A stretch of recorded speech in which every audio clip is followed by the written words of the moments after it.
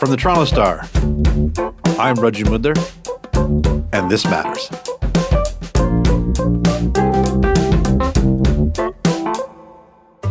Welcome to Tim Hortons. Can I take your order?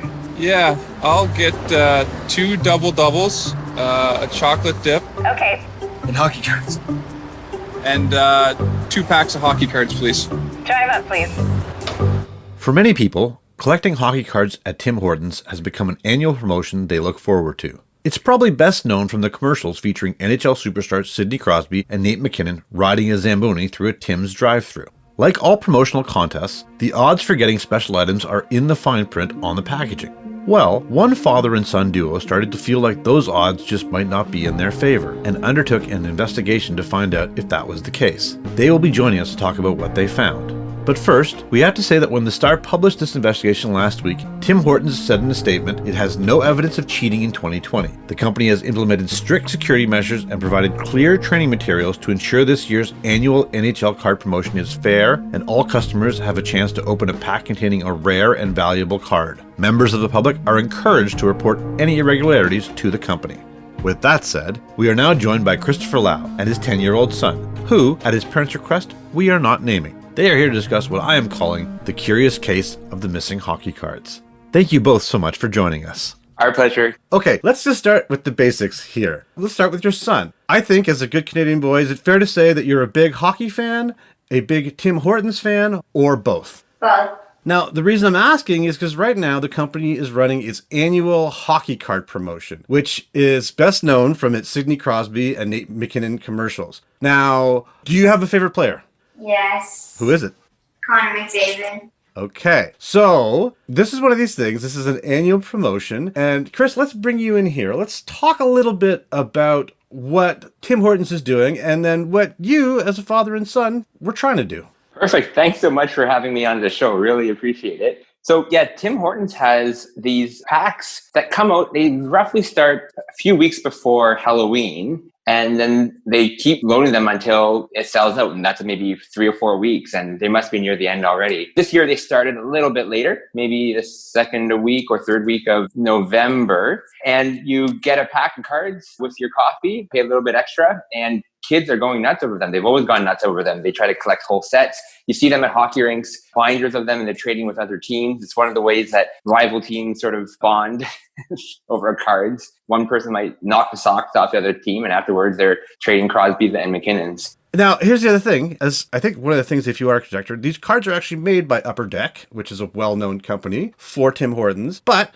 as someone who's collecting these, obviously now, we're looking for our favorite players. But what are people really looking for? What are the high-value cards here? Yeah, so there's a whole bunch of different kinds of cards in there. So let's just back up. So in each pack of cards, you have 3 cards. You have 2 base cards and 1 insert.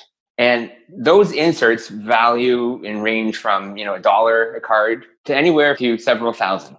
And there's a few of them that are worth quite a bit. And they are called the franchise trios and the clear-cut phenoms. And they are pretty valuable, those ones. And that's what you're aiming to get. And these are extra fancy cards, right? So the trios have, I assume, 3 players. Why don't your son tell me about them? Tell me about these cards. Why are they special? So the trios are holograms. They're 3 players from a team. And you get them usually every 1 out of 24 packs. Okay. Now that's interesting because I think we have to start talking about some numbers and we have to start talking about odds. So, Chris, the odds are listed on the pack about when you're supposed to get these, right? That's right. So each card has a different amount of odds theoretically. So you have what red die cuts are in 1 in 4, which are easy to get. And then you have these phenoms, which are 1 in 12. Thank you, son.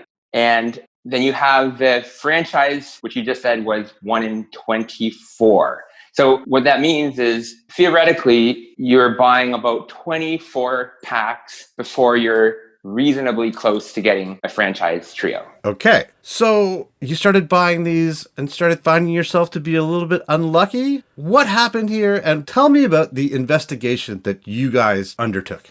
Okay. So this is a bit of a ramble. So you have to bear with me on this one. So let's say we've been collecting these cards, my son and I, for 2 or 3 years. And the first hint was we would collect them. And by the end of each of these seasons, we'd be getting 10, 20 packs and there'd be no hits. Right. And so that was the first sort of clue that something is really odd. And then it gets a little bit odder because we started going to these shows, and think about these shows are these little rooms in either in a hotel or it's a room in a convention center. And there are these people there and they have hundreds of them. And we're doing the math in our heads and we're thinking you're buying thousands of packs and they're selling them back. And then it gets even a little bit odder. We go to a store and we're talking about them to someone at this store. And he has this idea that, oh, don't you know, it's because of pack weighing. And he says it like everybody knows what pack weighing is. And I'm thinking, no, what is this thing you're talking about? And he explains the whole thing to us, and we can get into that later. And then it's sort of on the back of my mind, and he's saying, that it's quite common. Everybody knows, and it happens in hockey cards, it happens in Pokemon. And so I'm driving back in the car with my son, and my son's asking me, is that real? Is that why, one, we haven't been getting anything good? And two, like those folks at the convention centers are really nailing it. And I think, I don't know. And so just to back up a second, you got to remember who the kinds of people that we're dealing with. So I would describe them as the collectors, this community, this subculture. They're unconventionally intelligent. That's how I describe them. They're the kinds of people that you might imagine are really good at math or really good at chess. And to be a hobbyist, you just have to watch the news, I guess, and see who's good. But to be really good at this sport, this profession,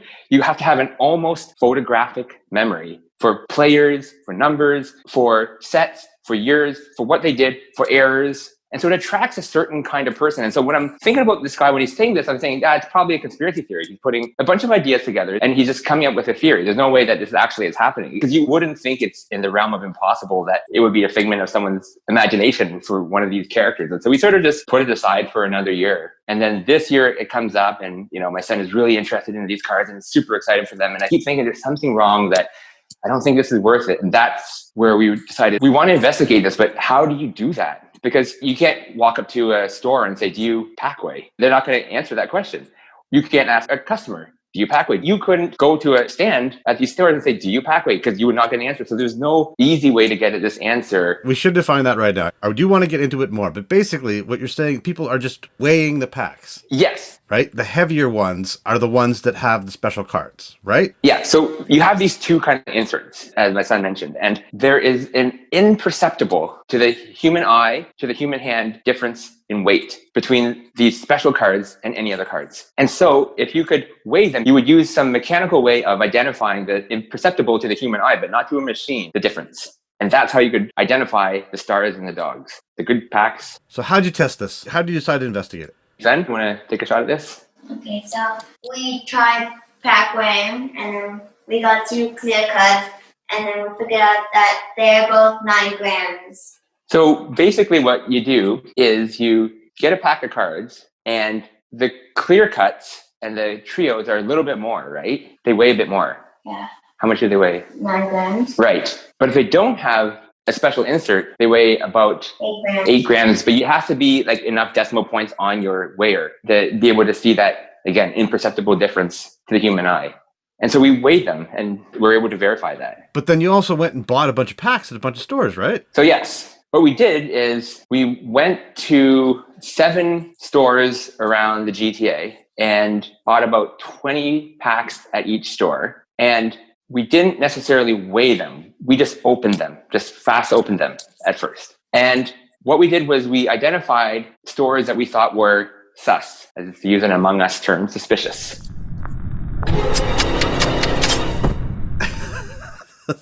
For older people, suspect, yes, go ahead. Yeah.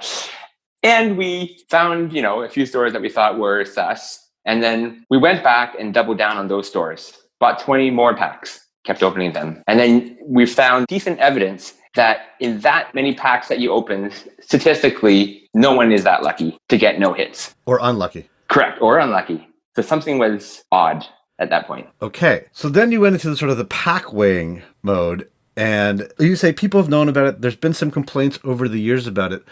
But for those people that do know about it, I mean, the obvious conclusion that you're sort of getting to is that somewhere along the way, someone is probably cherry picking these cards, right? That's right. So how does this happen? And we still don't know for sure how this happens. But somebody along the way, before they get to the kids' hands, has already sorted the good from the bad. And so what we tried to do was to say, is that even possible? There's a couple of suspects. The first suspect would be someone behind the counter. That's the first suspect.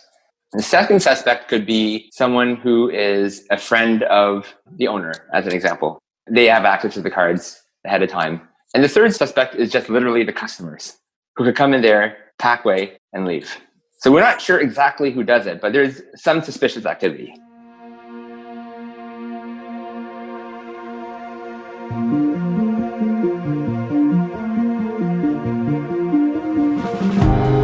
We'll be right back.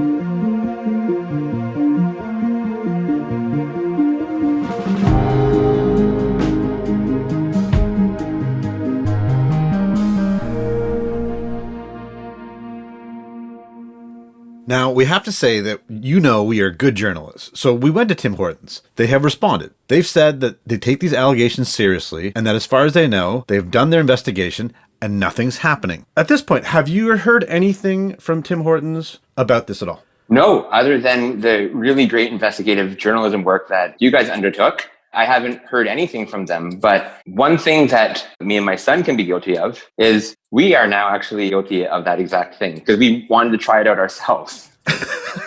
Yeah. So suspect 3 is the customer. Could we do it ourselves? Like, would they even let us take a whole bunch of cards, take it away from the counter, weigh them, and then return them? Like with a scale in front of us. And at least 2 occasions, we allowed that to happen. And what we showed was we would get a whole whack of cards in our hands, bring the scale out in broad daylight. And let me tell you, this is one of the most embarrassing things I think I've ever done in my life. Like, you just have to imagine the looks you're getting from customers as, you're there with a little boy with this food scale that's used for other notorious reasons why someone might own a food scale of that level of granularity. Chris, if your son wasn't here, I'd say exactly why, but your son is here. Yeah. So, and also, I'm going to say, now who's looking sus? Exactly. Somebody who owns one of these. But I'm shocked. So hang on a second. You were able to do this twice in open view in a store? In broad daylight. And we wanted to say, how much money could you make off of this? And so you go in there, in about 10 minutes, you would spend, say, $4, 2 packs of cards. Those cards would be worth anywhere from, when we did our experiment, $20 to $40 each. It's a pretty good return on investment on a $4 investment and a $20 scale. And the funny thing is, we actually went to one of the stores and we left with nothing after weighing so many cards. And the reason was we think somebody had actually beat us to it. Okay, that's some craziness. Now, okay, Chris, one of the things I find interesting is that I think you studied engineering. I think you've worked as an investment banker. I think you're uniquely suited to undertaking this investigation. But I think the key here is that I think that you're really motivated by this because I think you think kids are getting screwed, right? Like, you're an upset dad sort of at the heart of this, right? Like, why is this unfair? 100%. So, there's an elephant in the room with so much going on in the world right now with COVID, with elections, with civil unrest. Why is this such a big issue? I think there's a couple of things. One is the hockey season, my son plays hockey, is almost done for the next few weeks. We learned that last week. And there's a good chance there's going to really be no hockey season for kids this year. The NHL, it's there, but, there's no crowds. You can't go to the games. It's a shadow of what it used to be. And so really, a lot of kids use hockey cards as their outlet. And that's how they get excited about the game and they trade the cards. And so that's, first of all, really upsetting to a parent to see that happen. And they're basically, for lack of better words, cheated right off the bat. And I think the other reason that this is such a motivator was that I think it's important for kids to know how much power they actually have. A little experiment on a kitchen table can catch the attention of a lot of people, even these really big players. You can email them through anonymous tip boxes, but a little bit of work for a child can go quite a long ways. And so I think that's sort of an interesting part of what came out of this. Well, let me ask your son. So you did this experiment. What do you think you learned? Here's a question. Are you still going to collect these hockey cards? Yeah, I am going to keep collecting. And I learned that people do pack away. Because how would you get 40 packs and get nothing? Well, okay, Chris, back to you. What can they do in terms of solutions? Yeah, I think this is not an unknown problem in the industry. So either with hockey cards or with Pokemon cards. And I've seen some of the interesting things that happen. So in some cases, they ensure that the boxes aren't tampered with ahead of time. I think they put in decoy weights inside certain boxes. I'll tell you one thing. This is an interesting aha moment. If you go to Indigo and you look at the Pokemon cards there. So Pokemon cards is really well known for this occurrence because you try to get this hologram cards. If you go to Indigo, you'll notice the hockey cards you can just buy right off the shelf. But the Pokemon cards are all sort of locked up the same way you buy razors from like Shoppers Drug Mart. It's locked up behind there. And I've always wondered, why is that? Like, there's so much more expensive stuff inside. Like, they have Lego sets that go for hundreds of dollars. Why are they locking up these $5 Pokemon cards? It's because people are going to Targets, to Walmarts, to all these places, and they can just weigh them. And Canadian stores have put in pretty good measures around them. So there are ways. I don't think they're incredibly cost prohibitive to do them. Okay, I still think that there's something, really unfair that potentially that a lot of kids might be cheated out here. I think this is a really fantastic story. I think this is a really great father-son investigation and activity. And even in these times, I think it's a really interesting thing that you guys took on. Just to wrap it, is there anything that I didn't ask that you think that I or my listeners should know? Yeah, we've never bought this many cards before.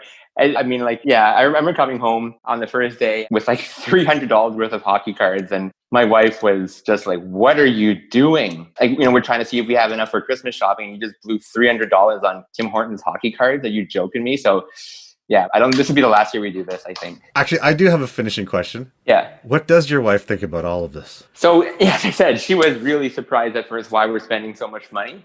Yeah, that's a lot of money to spend during the holidays with so many other problems going on. I think at the end of this, she sees the value of us taking on this role, taking on a large, giant Canadian multinational, from the kitchen table. And it's a really important lesson about the pen and the sword. So I think she's, warmed up to the idea over time. Well, on that note, I really want to thank you both for your time and for sharing your story with us. Thank you so much. Thank you. Really appreciate coming to us. And Raju, it's been great to chat with you. Today, we were joined by Christopher Lau and his 10-year-old son, who both undertook an investigation into a hockey card contest. That's it for today. Thanks so much for joining us. This Matters is hosted and produced by me, Raju Mudhar, Adrian Chung, and Saba Etisaz. Produced and mixed by Sean Pattenden, and our director of programming is JP Fozo. Our show theme music is by So Called, and our episode music is by Mike DeAngelis. We want to hear what stories matter to you. Please send us comments, questions, or ideas to thismatters@thestar.ca. Please consider supporting the journalism the Toronto Star newsroom does at thestar.com. And don't forget to subscribe to This Matters on Apple Podcasts, Spotify, or wherever you listen to your favorite podcasts. Let's talk soon.